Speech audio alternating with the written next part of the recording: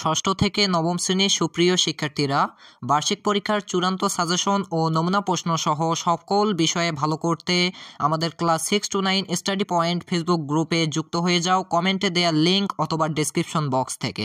Suggestion, নমুনা প্রশ্ন এবং পরীক্ষার আগের রাতে চূড়ান্ত সাজেশন ক্লাস পাওয়ার জন্য এক্ষুনি যুক্ত হয়ে যাও আমাদের এই গ্রুপে। আসসালামু আলাইকুম রহমতুল্লাহ। নবম শ্রেণীর সুপ্রিয় শিক্ষার্থীরা, আশা করি তোমরা সবাই অনেক ভালো আছো। সো স্ক্রিনে তোমরা যে প্রশ্নটি দেখতে পাচ্ছ, এটি হচ্ছে তোমাদের নবম শ্রেণীর স্বাস্থ্য ও সুরক্ষার একটি প্রশ্নপত্র। সো আজকে আমরা এটা পুরোটা সলভ করব। আশা করি তোমরা শেষ পর্যন্ত থাকবা এবং পুরো ব্যাপারটি আজকে ক্লিয়ার করে দেবো ইনশাল্লাহ। 100 মার্কের যে প্রশ্ন 100 মার্কই সলভ করব। সো দেখো, বলা হয়েছে যে এখানে সময় 3 ঘন্টা দেওয়া হয়েছে এবং পূর্ণমানে 100। সো লক্ষ্য করো, ঘ বিভাগ পর্যন্ত থাকবে। তার মধ্যে প্রথমত ক বিভাগ। সো ক বিভাগে নৈবেত্তিক প্রশ্ন 25 নম্বর থাকবে, অর্থাৎ নৈবেত্তিকের মধ্যে দুইটা পার্ট থাকবে, একটা হচ্ছে এমসিকিউ আর একটা এক কথায় উত্তর। সো এমসিকিউ এ থাকবে 15, এক কথায় থাকবে 10। এই দুইটা মিলে হচ্ছে নৈবেত্তিকে থাকবে 10, 15 আর 10 25। সো এখন লক্ষ্য করো, এখন বহু নির্বাচনী প্রশ্ন থেকে আমরা এগুলো আগে অ্যান্সার করি, অর্থাৎ এমসিকিউ যেগুলো আছে সেগুলো এখন আমরা অ্যান্সার করতেছি। সো তোমাদের সুবিধার্থে আমি এগুলো আলাদাভাবে উত্তরগুলো লিখে রেখেছি। সো সেগুলো এই পাশে আমি দেখাচ্ছি। সো এখন লক্ষ্য করে 1 নম্বরে কি বলা হয়েছে। 1 নম্বরে এইখানে বলা হয়েছে যে শরীর ও মনের বিকাশ বাধাগ্রস্ত হয় কোনটির অভাবে। সো লক্ষ্য করো, পুষ্টি সমৃদ্ধ খাবার, চর্বি জাতীয় খাবার, ফাস্ট ফুড জাতীয় খাবার নাকি মিষ্টি জাতীয় খাবার। দেখো, একটা জিনিস, একটা প্রশ্ন পড়ার পরে কিন্তু ইমাজিন করা যায় যে কোনটি আসলে উত্তর হবে। সো তোমরা আশা করি ইমাজিন করতে পেরেছো যে বাধাগ্রস্ত হয় কোনটির অভাবে। অবশ্যই পুষ্টি সমৃদ্ধ খাবারের অভাবে, কারণ বাকিগুলো তো আরও খারাপ খাবার, এগুলোর জন্য আরও বাধাগ্রস্ত হয়। এরপর লক্ষ্য করো, প্রশ্ন নং 2-এ বলা হয়েছে যে স্বাস্থ্য সুরক্ষা বিষয়টি সম্পর্কিত। এখন কার কার সাথে সম্পর্কিত, দেখো মাল্টিপল অ্যান্সার হবে। সো আই নম্বরে বা 1 নম্বরে বলা হয়েছে যে শরীর গঠন ও স্বাভাবিক বৃদ্ধি, রোগমুক্ত থাকা, ভ্রমণ করা। তাহলে লক্ষ্য করো, স্বাস্থ্য সুরক্ষা বিষয়টি কিন্তু ক নম্বর অ্যান্সার হবে, অর্থাৎ 1 ও 2 এর সাথে জড়িত, 3 নম্বরটার সাথে না। অর্থাৎ শরীর গঠন ও স্বাভাবিক বৃদ্ধি স্বাস্থ্য সুরক্ষা বিষয়টি সম্পর্কিত, রোগমুক্ত থাকাও স্বাস্থ্য সুরক্ষা সম্পর্কিত। অপরদিকে ভ্রমণ করা কিন্তু স্বাস্থ্য সুরক্ষার সাথে কোনো প্রকার মিল নেই। এরপরে দেখো 3 নং প্রশ্ন বলা হয়েছে যে কোনটির মাধ্যমে আমরা সাইবার বুলিংয়ের শিকার হই। সো লক্ষ্য করো, টেলিভিশন, গুগল, ফেসবুক, পত্রপত্রিকা। সো 3-এর অ্যান্সার হবে গ নম্বর, অর্থাৎ ফেসবুক। ওকে, ফেসবুকের মাধ্যমে আমরা সাইবার বুলিংয়ের কি হই, শিকার হই। কেন, ফেসবুক হচ্ছে একটা সামাজিক যোগাযোগ মাধ্যম। এইখানে কিন্তু কিছু সাইবার বুলার আছে, তারা আমাদেরকে কি করে, ফাঁদে ফেলে। সো লক্ষ্য করো, 4 নং প্রশ্নে বলা হয়েছে যে স্বাস্থ্যের জন্য ক্ষতিকর খাবার। এখন কি কি খাবার, দেখো জাঙ্ক ফুড, কোমল পানীয়, প্রক্রিয়াজাত খাবার। সো এক্ষেত্রে দেখো 4-এর হচ্ছে ঘ নম্বর, অর্থাৎ সবগুলোই কিন্তু আমাদের জন্য, স্বাস্থ্যের জন্য খারাপ। এরপর লক্ষ্য করো, 5 নং প্রশ্নে বলা হয়েছে যে হাঁটতে না পারা শারীরিক প্রতিবন্ধী বাস্কেটবল খেলতে কি ব্যবহার করে। সো দেখো হুইল চেয়ার, বিশেষ ধরনের জুতা, বিশেষ ধরনের লাঠি। সো 5-এর অ্যান্সার হবে হচ্ছে ক নম্বর, অর্থাৎ হুইল চেয়ার ব্যবহার করবে যারা প্রতিবন্ধী, শারীরিক প্রতিবন্ধী। এরপর লক্ষ্য করো, 6 নং প্রশ্নে বলা হয়েছে যে প্রতিবন্ধকতার ধরন, কি কি ধরনের প্রতিবন্ধী রয়েছে। সো লক্ষ্য করো, বুদ্ধি প্রতিবন্ধী, দৃষ্টি প্রতিবন্ধী, শ্রবণ প্রতিবন্ধী। তাহলে কিন্তু 6-এর হবে ঘ নম্বর, অর্থাৎ সবাই কিন্তু এই সবগুলোরই প্রতিবন্ধী হয়। বুদ্ধিরও প্রতিবন্ধী আছে অনেকেই, দৃষ্টি প্রতিবন্ধী আছে অনেকেই, শ্রবণ প্রতিবন্ধী বা শুনতে পারে না সেই প্রতিবন্ধী। এরপর লক্ষ্য করে, পরের যে একটা উদ্দীপক দেওয়া আছে এই বা একটা পাঠ্যক্রম বা একটা উদ্দীপক দেওয়া আছে বা অনুচ্ছেদ দেওয়া আছে। সো এই উদ্দীপকটি পড়ে আমাদেরকে 7 এবং 8 নং প্রশ্নের অ্যান্সার করতে হবে। সো লক্ষ্য করে বলা হয়েছে উদ্দীপকে যে বাংলাদেশের শিক্ষা প্রতিষ্ঠান সমূহের জন্য 2 মে থেকে 2023 সালে, অর্থাৎ 2 মে 2023 সালে সরকার কর্তৃক একটি নীতিমালা প্রণয়ন করা হয়। এখন কোন সে নীতি, সেটা তোমাদেরকে এই সাল দেখেই বুঝতে হবে যে এটা কোন নীতি ছিল। এখন লক্ষ্য করো, এই নীতিমালা 29 জুন 2023 তারিখে বাংলাদেশে গেজেট প্রকাশিত হয়। এখন বলা হয়েছে নিচে কোনটি উক্ত নীতিমালার সাথে সম্পর্কিত। পাঠদান কার্যক্রম জোরদার, শিক্ষার্থীদের বৃত্তি প্রদান, বুলিং র্যাগিংয়ের অবসান, এরপরে খেলাধুলার পরিবেশ তৈরি। তো 7-এর অ্যান্সার কি হবে, এই পাশে দেখো খ নম্বর অ্যান্সার হবে, অর্থাৎ বুলিং র্যাগিংয়ের অবসান। আশা করি বুঝতে পেরেছো। এরপরে লক্ষ্য করো, প্রশ্ন নং 8-এ কি বলা হয়েছে। আমরা এখন প্রশ্ন নং 8-এ চলে যাচ্ছি।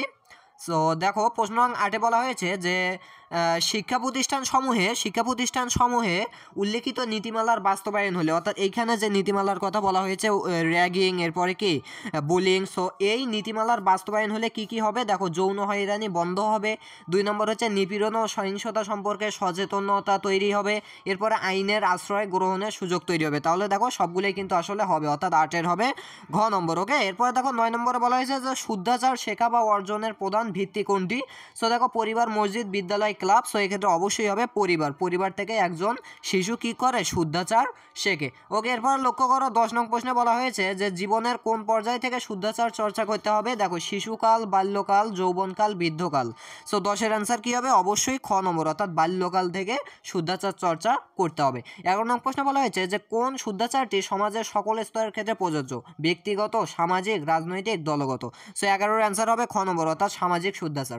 এরপর লক্ষ্য করো 12 নং প্রশ্নে বলা হয়েছে যে কিসের উপর নির্ভর করে সমঝোতা এক একজনের ক্ষেত্রে এক এক ধরনের ভূমিকা রাখে। সো দেখো অভিজ্ঞতা, সৃজনশীলতা, জটিলতা, পরিস্থিতি। তাহলে 12-এর অ্যান্সার হবে ঘ নম্বর, অর্থাৎ পরিস্থিতির উপর নির্ভর করে। এরপর লক্ষ্য করো 13 নং প্রশ্নে কি বলা হয়েছে যে কোনো পরিস্থিতিতে কখনোই সমঝোতা করা যাবে না। মানে কোন পরিস্থিতিতে সমঝোতা করা যাবে না? দেখো মিছিল, মিটিং, সাংঘর্ষিক, আন্দোলন, বেদনাদায়ক। সো এক্ষেত্রে কি হবে? অবশ্যই দেখো 13 নম্বরের অ্যান্সার আছে হচ্ছে খ নম্বর, অর্থাৎ সাংঘর্ষিক। এই ক্ষেত্রে কি করা যাবে না? সমঝোতা করা যাবে না। 14 নং প্রশ্ন বলা হয়েছে যে কোনটির মাধ্যমে কোনো কাজ সুন্দর হয় এবং ভুল হওয়ার আশঙ্কা কম থাকে। সো দেখো পর্যালোচনা, দালালি, সমঝোতা, আন্দোলন। আশা করি বুঝতে পেরেছো। অবশ্যই হবে কি? সমঝোতা। ওকে, সো উত্তর হবে সমঝোতা। 15 নং প্রশ্ন বলা হয়েছে যে নিজেদের সুরক্ষায় কোনটি নির্বাচনে সতর্ক থাকতে হবে। কোনটি নির্বাচনে? অবশ্যই এটা তোমাদেরকে খেয়াল রাখতে হবে। তোমরা যদি নিজেদেরকে সুরক্ষা রাখতে চাও কোনটি সচেতন থাকতে হবে? দেখো খেলার সাথী, এরপর সহপাঠী, বন্ধু, সবগুলো। তাহলে উত্তর কি হবে? গ নম্বর, অর্থাৎ বন্ধু। সো তুমি যদি নির্দিষ্ট বন্ধু চিহ্নিত করো, অর্থাৎ আসল বন্ধু চিহ্নিত করো বা সঠিক বন্ধু চিহ্নিত করতে পারো, তাহলে তোমার সুরক্ষা ভালো থাকবে। অপরদিকে যদি খারাপ বন্ধু সিলেক্ট করো তাহলে কিন্তু সুরক্ষা খারাপ হয়ে যাবে। ওকে, এরপরে দেখো এক কথায় উত্তর আছে তোমাদের এইখানে 10টা। সো 10টাতে 10 মার্ক আছে। আমরা এই এক কথাগুলো এখন দেখে নেব। উত্তর কিন্তু এই পাশে তোমরা দেখতেই পাচ্ছ। প্রথম যে এক কথায় উত্তর বলা হয়েছে, বর্তমানে বিশ্বের সবচেয়ে আলোচিত সমস্যা কোনটি? অবশ্যই হচ্ছে গ্লোবাল ওয়ার্মিং বা বৈশ্বিক উষ্ণায়ন। এটাই হচ্ছে বর্তমান বিশ্বের সবচেয়ে আলোচিত সমস্যা। ওকে, 2 নং প্রশ্নে বলা হয়েছে যে মানসিক স্বাস্থ্যসেবা প্রদানকারীর একটি নেতিবাচক অভিজ্ঞতা উল্লেখ করো। অর্থাৎ যারা ডাক্তার তাদের একটা নেতিবাচক অভিজ্ঞতা। সো লক্ষ্য করো, এখানে কিন্তু স্বাস্থ্যসেবা প্রদানকারী, হ্যাঁ ডাক্তারের কথাই বলা হয়েছে যে অনেক ক্ষেত্রে রোগীর অভিভাবক দ্বারা লাঞ্ছিত হওয়া। হ্যাঁ, ডাক্তাররা কি হয়? অনেক ক্ষেত্রে রোগীর অভিভাবক দ্বারা লাঞ্ছিত হয়ে যায়। এরপর লক্ষ্য করো 3 নং প্রশ্নে দেখো বলা হয়েছে যে প্রতিটি মানুষেরই স্বাস্থ্যসেবা পাওয়া কেমন অধিকার? অবশ্যই হচ্ছে এটা একটা মানব অধিকার, মানে মনুষ্য জাতির অধিকার এটা একটা। 4 নম্বর প্রশ্ন বলা হয়েছে যে গেমসের ধরনগুলো কি কি? সো লক্ষ্য করো গেমসের ধরন হচ্ছে ইনডোর গেমস এবং আউটডোর গেমস। এরপর 5 নং প্রশ্নে বলা হয়েছে যে 5 সাইড ফুটবল খেলার ক্ষেত্রে অতিরিক্ত খেলোয়াড় কতজন? সো 5 সাইড ফুটবল খেলার ক্ষেত্রে অতিরিক্ত খেলোয়াড় হচ্ছে 3 জন। 6 নং প্রশ্ন বলা হয়েছে যে বিশ্ব স্বাস্থ্য সংস্থার মতে কৈশোরের সময়কাল কত? সো দেখো কৈশোরের সময়কাল হচ্ছে 10 থেকে 19 বছর বয়সের মাঝামাঝি সময় পর্যন্ত, এটাকে বলা হয় কৈশোরকাল। এরপরে লক্ষ্য করো 7 নং প্রশ্নে বলা হয়েছে যে শৈশব থেকে যৌবনের পদার্পণ করার মধ্যবর্তী সময়কালকে কি বলে? সো মধ্যবর্তী সময়কালকেই কিন্তু বলা হয় কৈশোর। এরপরে লক্ষ্য করো 8 নং প্রশ্নে বলা হয়েছে যে কখন একজন মানুষ নিজেকেও সম্মান করতে পারে না? সেটা কিন্তু অবশ্যই যখন সে নিজের চিন্তায়, কথা ও কাজে সচেতন থাকতে পারে না। ওকে, তখনই কিন্তু সে একজন নিজেকেও সম্মান করতে পারে না। 9 নং প্রশ্নে বলা হয়েছে যে একজন মানুষের অন্যায় কাজের প্রতিবাদ করার সাহস না পাওয়া গেলে কি ক্ষতিগ্রস্ত হয়? অবশ্যই মূল্যবোধের ক্ষতিগ্রস্ত হয়। 10 নং সর্বশেষ এক কথায় উত্তর প্রশ্নে বলা হয়েছে যে কোন ধরনের সমঝোতায় দ্বন্দ্ব আরও বেড়ে যায়? তো এটা হচ্ছে কিন্তু ত্রুটিপূর্ণ সমঝোতায়। ত্রুটিপূর্ণ সমঝোতায় দ্বন্দ্ব আরও কি হয়? বেড়ে যায়। সো এই হচ্ছে তোমাদের এক কথায় উত্তর সহ এমসিকিউ প্রশ্নের যাবতীয় সমাধান। এরপরে একটু লক্ষ্য করো, এইখানে তোমরা দেখতে পাচ্ছ হচ্ছে খ বিভাগ সংক্ষিপ্ত উত্তর প্রশ্ন। সো আমরা এখন এই সংক্ষিপ্ত উত্তর প্রশ্নগুলো ধারাবাহিকভাবে 1 2 3 4 5 6 এইভাবে একদম 10টা করব। সো 10টাতে তোমরা পেয়ে যাবে 20 মার্ক। দেখো প্রতিটিতে 2 মার্ক করে আছে। নাম্বার 1 হচ্ছে সাইবার বুলিং কি, ওবেসিটি বা স্থূলতা কি, এরপরে স্বাস্থ্যসেবায় প্রাতিষ্ঠানিক দায়িত্ব বলতে কি বোঝো, সংক্রামক রোগ কি, শিক্ষা প্রতিষ্ঠানে কীভাবে রোধ করা যায় এই সাইবার বুলিং। সো সবগুলো আমরা ধারাবাহিকভাবে দেখে নেব। সো তোমাদের জন্য আমি এখানে অলরেডি লিখে রেখেছি, জাস্ট এখান থেকে আমরা এখন পড়বো। সো লক্ষ্য করো এইখানে কিন্তু সবগুলো ধারাবাহিকভাবে দেওয়া আছে। ওকে, সো লক্ষ্য করো এইখানে আমি তোমাদের জন্যই কিন্তু পুরোটা লিখে রেখেছি। ওকে, প্রথম যে প্রশ্নটি ছিল একটু লক্ষ্য করো যে সাইবার বুলিং কি। সো আমরা এখন জানবো কি যে সাইবার বুলিং জিনিসটা কি। ওকে, একটু ধৈর্য ধরো। হ্যাঁ, এইখানে দেখো এখন লক্ষ্য করো যে সাইবার বুলিং কি। এখন লক্ষ্য করো যে মোবাইল ফোন, কম্পিউটার এবং ট্যাবলেটের মতো ডিজিটাল ডিভাইস ব্যবহার করে কারো ব্যক্তিগত তথ্য, নিজস্ব বিশ্বাস কিংবা স্পর্শকতার ঘটনার ইত্যাদির জন্য হেনস্থ বা বিব্রত বা অপমানিত করাকে সাইবার বুলিং বলে। জাস্ট এটা লিখলেই 2 মার্ক পেয়ে যাবে। এরপরে লক্ষ্য করো ওবেসিটি বা স্থূলতা কি। হয়েছে ওবেসিটি বাড়ে বা চর্বি বাড়ে। এখন লক্ষ্য করো, উত্তর হচ্ছে সাধারণভাবে কারো ওজন স্বাভাবিকের চেয়ে 10 ভাগ বেশি হলে তাকে স্থূলতা বলে।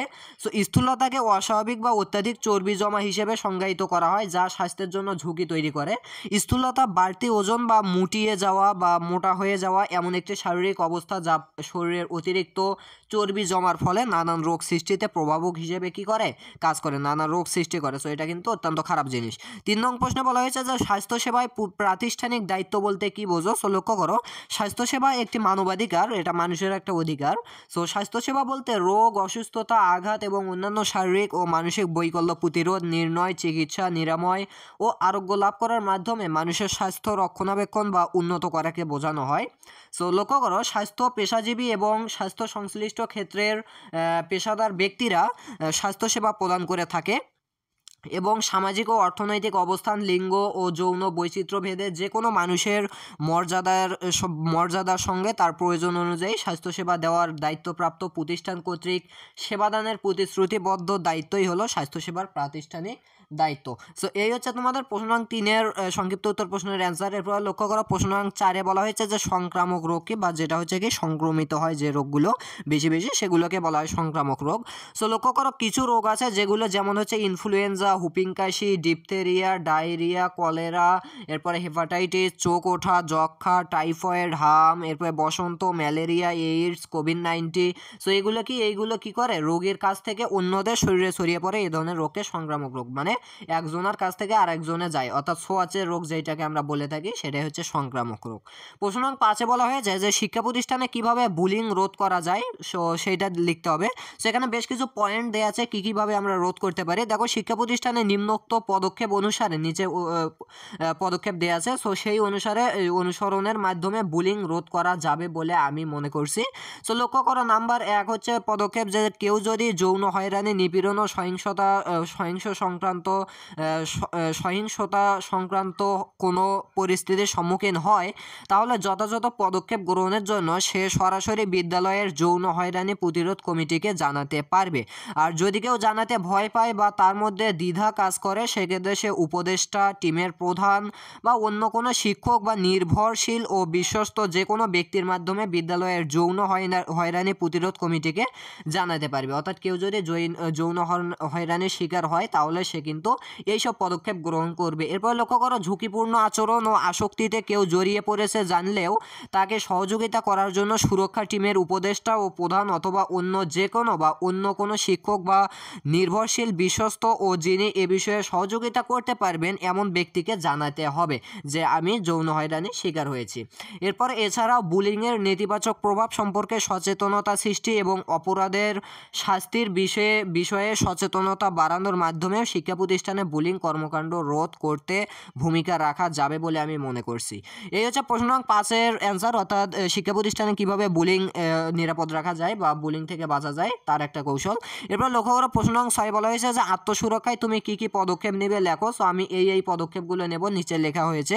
সো লক্ষ্য করো, আত্মরক্ষায় আমি নিম্নোক্ত পদক্ষেপগুলো নিতে পারি। দেখো, আমার দৃঢ়তার সাথে না বলতে পারি। এরপরে কি, খারাপ মানুষ বা খারাপ কাজ থেকে দূরত্ব বজায় রাখতে পারি। উৎপীড়নের মুখোমুখি হয়ে প্রতিবাদ করতে পারি। উৎপীড়নের শিকার হলে সাহায্য চাইতে পারি। উপহার গ্রহণে সতর্ক থাকতে পারি। এরপরে কি, নির্যাতনের শিকার হলে তা বড়দের সাথে শেয়ার করে সাহায্য চাইতে পারি। এরপরে আরও পয়েন্ট আছে, যেমন আইনগত সাহায্য চাইতে পারি, সুরক্ষা টিমের সাহায্য নিতে পারি। সো এইসবের মাধ্যমে আমি আমার আত্মসুরক্ষার এগুলো হচ্ছে আমার পদক্ষেপ। এরপর লক্ষ্য করো, প্রশ্ন নং 7-এ বলা হয়েছে যে একজন শিক্ষার্থীকে কিভাবে শুদ্ধাচার চর্চা করানো যেতে পারে ব্যাখ্যা করো। সো শুদ্ধাচার নিয়ে কিন্তু অবশ্যই পরীক্ষায় প্রশ্ন আসবে।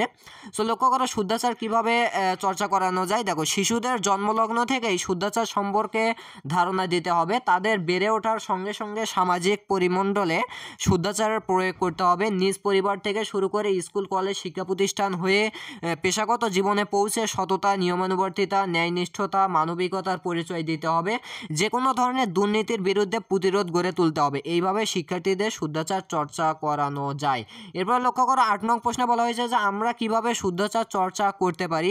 দেখো আমরা সবাই নিজেদের জীবনে অনেক ভালো কাজ করে থাকি, যা কিছু ক্ষতিকর তা না করা, অর্থাৎ যা ক্ষতিকর সেগুলো আমরা করব না, আবার সবার জন্য যা কল্যাণকর তা আমাদের দায়িত্বশীল আচরণ করা, এরপরে কি অন্যায়ের প্রতিবাদ করা, এসবই হচ্ছে শুদ্ধাচারের অন্তর্ভুক্ত। নিজ উদ্যোগে কারো সাহায্যে আশা না করে নিজের দায়িত্ব নিয়ে দেশ ও সমাজের জন্য ভালো ও কল্যাণকর কাজ করে যাওয়ার মাধ্যমে আমরা শুদ্ধাচার চর্চা করতে পারি। অর্থাৎ কারো উপর দায়িত্ব না রেখে নিজের দায়িত্ব নিয়ে আমরা দেশের কল্যাণ করব, এটাই হচ্ছে শুদ্ধাচার।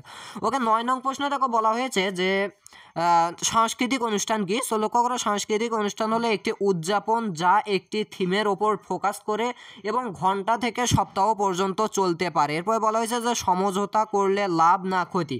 সমঝোতা করলে লাভ হবে না ক্ষতি হবে। সো লক্ষ্য করো, অবশ্যই লাভ হবে। বৃহত্তর স্বার্থে সমঝোতা করলে কোনো ক্ষতি নেই, তবে অন্যায় ও দুর্নীতির পক্ষে সমঝোতা করা যাবে না, কেবল ন্যায় ও সঠিক কাজের ক্ষেত্রে সমঝোতা করতে হবে। সো সমঝোতা কি জিনিস এটা নতুন করে বোঝাতে হবে না আশা করছি। সো দেখো, সমঝোতা আমাদেরকে যদি দুর্নীতিতে করতে যাই তাহলে তো বিরাট আকার ধারণ করবে এবং সেটা খারাপ হবে। সো এগুলো হচ্ছে তোমাদের সংক্ষিপ্ত উত্তর প্রশ্নের অ্যান্সার। তো আমরা প্রশ্নে ফিরে যাচ্ছি। সো লক্ষ্য করো, তোমাদের এই যে সংক্ষিপ্ত উত্তর প্রশ্ন যেগুলো ছিল এগুলো কিন্তু ধারাবাহিকভাবে আমরা শেষ করলাম 1 থেকে 10 পর্যন্ত, সমঝোতা করলে লাভ না ক্ষতি সে পর্যন্ত। আশা করি বুঝতে পেরেছ। এরপরে দেখো, এরপরে গ বিভাগে বলা হয়েছে যে রচনামূলক প্রশ্ন, সেটা হচ্ছে দৃশ্যপটবিহীন মানে উদ্দীপক ছাড়া। সো এখানে দেয়া আছে হচ্ছে 5টা, বাট তোমাকে বলা হয়েছে যে 5টি থেকে যে কোনো 3টি প্রশ্নের উত্তর দাও। 3টিতে 5 নম্বর করে মোট 15 নম্বর পেয়ে যাবে। সো আমরা 5টি থেকে 4টি প্রশ্নের উত্তর দেখে নেব। একটি প্রশ্নের উত্তর আমি লিখে নিই। যাই হোক, আমরা এখন দেখতেছি। তার আগে আমরা কি করব, প্রশ্নগুলো হালকা একটু প্রশ্নে দেখে নেই। যে সংবাদ প্রচারের গণমাধ্যম গুরুত্বপূর্ণ ভূমিকা রাখে, এই কথাটা ব্যাখ্যা করতে বলা হয়েছে। এরপরে দেখো যে শরীরচর্চা ও খেলাধুলার কয়েকটি উপকারিতা বর্ণনা করতে বলা হয়েছে। যে ঝুঁকিপূর্ণ আচরণের প্রভাব ও ফলাফল ব্যাখ্যা করতে বলা হয়েছে এগুলো। সো দেখো, আমরা সবগুলো মানে 5টার মধ্যে থেকে 4টার অ্যান্সার করবো ইনশাল্লাহ। সো আমি যেহেতু লিখে রেখেছি সেখান থেকে জাস্ট তোমাদেরকে দেখাচ্ছি। সো লক্ষ্য করো, এই জায়গায় কিন্তু লেখা রয়েছে। ওকে, সো এই জায়গায় লেখা রয়েছে। এবং প্রথম যে প্রশ্নটা ছিল সেটি হচ্ছে সংবাদ প্রচারে গণমাধ্যমের গুরুত্বপূর্ণ ভূমিকা রাখে, এই কথাটা ব্যাখ্যা করতে হবে। অর্থাৎ আমরা যদি সংবাদ প্রচার করতে যাই তাহলে গণমাধ্যম বা মানুষের যেগুলো মাধ্যম, যেমন সামাজিক মাধ্যম যেগুলো ফেসবুক, ইউটিউব, এগুলোও কিন্তু গুরুত্বপূর্ণ ভূমিকা রাখে। এখন লক্ষ্য করো যে সংবাদ প্রচারের ক্ষেত্রে গুরুত্বপূর্ণ একটি উপাদান হলো গণমাধ্যম। সংগৃহীত সকল ধরনের মাধ্যম যা প্রযুক্তিগতভাবে গণযোগাযোগ কার্যক্রমে ব্যবহৃত হয়ে থাকে তাই হলো গণমাধ্যম। প্রথমত গণমাধ্যমের সংজ্ঞাটা দেয়া আছে। সো এটি সম্প্রচার মাধ্যম বা ইলেকট্রনিক মিডিয়া নামে পরিচিত, যা বৈদ্যুতিক যন্ত্রপাতির সাহায্যে তথ্যাবলীর প্রেরণ করে। এরপরে ম্যাগাজিন, সংবাদপত্র, print media, TV channel, internet, online পত্রিকা, এরপরে কি চলচ্চিত্র, রেডিও বা বেতার ইত্যাদির মাধ্যমে বিভিন্ন তথ্য বা চিত্র, সিডি, ভিডিও, স্যাটেলাইট এবং অন্যান্য সুবিধাজনক ছোট ও সহায়ক যন্ত্রপাতি যেমন ক্যামেরা বা ভিডিও চিত্রের সাহায্যে ধারণ করা হয়। সো এ মাধ্যমে অনেক ধরনের অনেক ধরনের সেবা, বিশেষ করে ইমেইল, ওয়েবসাইট, ব্লগিং, ইন্টারনেট এবং টেলিভিশনে প্রচার কার্য পরিচালনা করছে। সো এ কারণে অনেক গণমাধ্যমে পদাচারণা ওয়েবসাইট দেখা যায়। এরপর লক্ষ্য করো যে টেলিভিশন বিজ্ঞাপন চিত্রকে ওয়েবসাইটে সংযুক্ত করা হয়েছে, কিংবা খেলাধুলা ভিত্তিক প্রতিষ্ঠানগুলো ক্রীড়াপ্রেমী দর্শকদের তাদের ওয়েবসাইট দেখাতে উদ্বুদ্ধকরণের ঠিকানা প্রকাশ করে। বাইরের মাধ্যম হিসেবে বিলবোর্ড, সাইন, প্লেকার্ডকে বিভিন্ন বাণিজ্যিক ভবনের জন্য ভিতরে ও বাইরে যেখানে অধিক দোকান এবং বাসের গায়ে উপস্থাপন করা হয়। সো এগুলো হচ্ছে সংবাদ প্রচারের ক্ষেত্রে গুরুত্বপূর্ণ এই উপাদান যেটা রয়েছে গণমাধ্যম, এটার হচ্ছে ভূমিকা। এরপরে লক্ষ্য করো, প্রশ্ন নং 2-এ বলা হয়েছে যে এখানে তুলে কি, এটা কিন্তু হবে না, জাস্ট এটা এমনিতেই লেখা হয়েছে। দেখো, শরীরচর্চা ও খেলাধুলার কয়েকটি উপকারিতা বর্ণনা করতে বলা হয়েছে। সো দেখো, শারীরিক ও মানসিক সুস্থতায় শরীরচর্চা ও খেলাধুলার অনেক উপকারিতা রয়েছে। নিম্নে এর কয়েকটি উপকারিতা সম্পর্কে আলোকপাত করা হলো। সো নিচে কিন্তু কয়েকটি উপকারিতা সম্পর্কে আলোকপাত আছে। সো লক্ষ্য করো, আমাদের শরীরে সুস্থ থাকে, আমরা নিরোগ থাকি, অর্থাৎ আমাদের রোগ হয় না এই মানে স্বাস্থ্য সুরক্ষার মাধ্যমে বা শরীরচর্চার মাধ্যমে। এরপর লক্ষ্য করো, আমাদের সামাজিক, মানসিক, আবেগিক ও নৈতিক বিকাশ হয়। এরপর দেখো, বুদ্ধির বিকাশ ঘটে, লেখাপড়ায় ইতিবাচক প্রভাব ফেলে, খেলাধুলার মাধ্যমে স্মরণশক্তি বাড়ে, এরপরে পাঠে একঘেয়েমি দূর হয়। এরপরে শরীরচর্চা ও খেলাধুলা দলবদ্ধভাবে কাজ এবং সমস্যার সমাধান করতে শেখায়। সো এগুলো হচ্ছে শরীরচর্চা এবং খেলাধুলার কার্যকরী কিছু পারফরমেন্স। এরপরে দেখো, নিয়মিত শরীরচর্চা ও খেলাধুলা বিভিন্ন অনিয়ম করার মতো ক্ষতিকর অভ্যাস থেকে দূরে থাকা। এরপরে খেলাধুলা আত্মবিশ্বাস বাড়ায়, মানসিক চাপ কমায়। সো এগুলো গেল হচ্ছে আমাদের শরীরচর্চা বা ব্যায়ামের কিছু উপকারিতা। এখন লক্ষ্য করে এর নিচে আবার 3 নং প্রশ্নে বলা বলা হয়েছে যে শুদ্ধাচারের অভাবে আমাদের মাঝে কি ধরনের নেতিবাচক প্রভাব পড়ে আলোচনা করো। সো দেখো, শুদ্ধাচারের অভাবে আমাদের মানসিক শক্তি ও দৃঢ়তার অভাব বোধ করি। সো এখানে যেটা বলা হয়েছে যে শুদ্ধাচারের অভাবে আমাদের মাঝে নেতিবাচক প্রভাবগুলো, সো লক্ষ্য করো। তো এটার মাধ্যমে আমরা কি করি, এটার অভাবে আমাদের শক্তি ও দৃঢ়তার অভাব বোধ করি। এরপরে অন্য কাউকে বুঝতে দিতে না চাইলেও নিজের মধ্যে এক ধরনের অস্বস্তি, অশান্তি, এমনকি কখনো কখনো অপরাধবোধের জন্ম নেয়। এরপরে কি নিজেদের মনে শুদ্ধাচারের যে সন্তুষ্টি ও আনন্দ অনুভূত হয় তা আমাদের ভালো কাজের অনুপ্রেরণা দেয়। এরপরে আমরা ভালো কল্যাণমূলক কাজ করতে পারি। এরপরে দেখো, নিজের প্রতি এমন বিশ্বাস বাড়ায়, এরপরে নিজের প্রতি শ্রদ্ধাবোধ বাড়ায়। এরপরে কি আমাদের নিজেদের দ্বারা যে কোনো অকল্যাণকর কাজ না হয়, এরপরে এমন দায়িত্ববোধ জন্মায়। এখন কি হয়, এরপরে দেখো নিজের মর্যাদা ক্ষুণ্ণ হয়। অনেক অনেক কথা তোমরা লিখতে পারো এইখানে। এমন কাজ থেকে বিরত থাকতে আমরা সচেষ্ট হই। অন্যদিকে দেখো, যখন নিজের চিন্তায়, কথায়, কাজে সততা বজায় রাখতে সচেতন থাকি না, তখন আবার নিজেকে সম্মান করতে পারি না।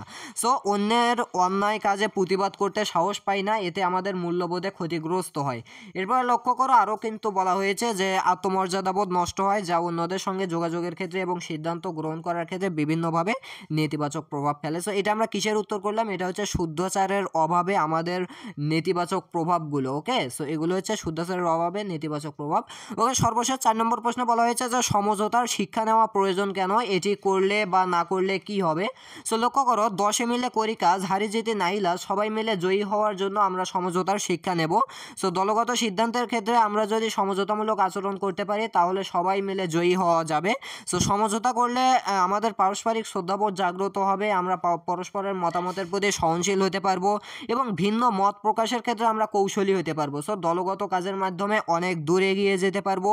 সমঝোতা না করলে আমরা বিভক্ত হয়ে যাব, দলগতভাবে কোনো কাজ করতে পারবো না, সফলতা থেকে অনেক দূরে সরে যাব। এরপরে কি স্বল্প সময়ে অধিক সফলতার জন্য দলগত কাজের কোনো বিকল্প নেই। একইভাবে সমঝোতা ছাড়া দলগত কাজ চিন্তাও করা যায় না। এই হচ্ছে তোমাদের সমঝোতা শিক্ষা নেওয়া প্রয়োজনীয়তা। ওকে, বুঝতে পেরেছো আশা করি। যেহেতু এগুলো 5 নম্বরের অ্যান্সার একটু বড় করে লিখতেই হবে, অনেক বেশি লিখতে হবে। সো আশা করি বুঝতে পেরেছো। এরপরে আমরা যদি প্রশ্নে ফিরে যাই, প্রশ্নে দেখো আমরা কোনগুলোর অ্যান্সার করলাম। আমরা কিন্তু হচ্ছে এই যে গ বিভাগে যেগুলো রয়েছে, অর্থাৎ দৃশ্যপটবিহীন 5টার মধ্যে থেকে 4টার অ্যান্সার করলাম। তোমরা এই 4টা করলেই হয়ে যাবে। সো যাই হোক, এরপরে আছে হচ্ছে দৃশ্যপট নির্ভর, বাট সেগুলো আমরা করব না আজকে। পরবর্তী দ্বিতীয় পার্ট দেখতে চাইলে অবশ্যই কমেন্টে একটু চেক আউট করো, প্রথম কমেন্টে লিঙ্ক পেয়ে যাবে। জাস্ট ক্লিক করা মাত্রই তোমরা দ্বিতীয় পার্ট অর্থাৎ দৃশ্যপট নির্ভর প্রশ্নগুলো যেগুলো রয়েছে এগুলোর অ্যান্সারটা দেখতে পারবে। সো সেই ভিডিওটা দেখার আমন্ত্রণ জানিয়ে আজকে এ পর্যন্তই রাখতেছি। সবাই ভালো থাকবে, সুস্থ থাকবে। আল্লাহ হাফেজ।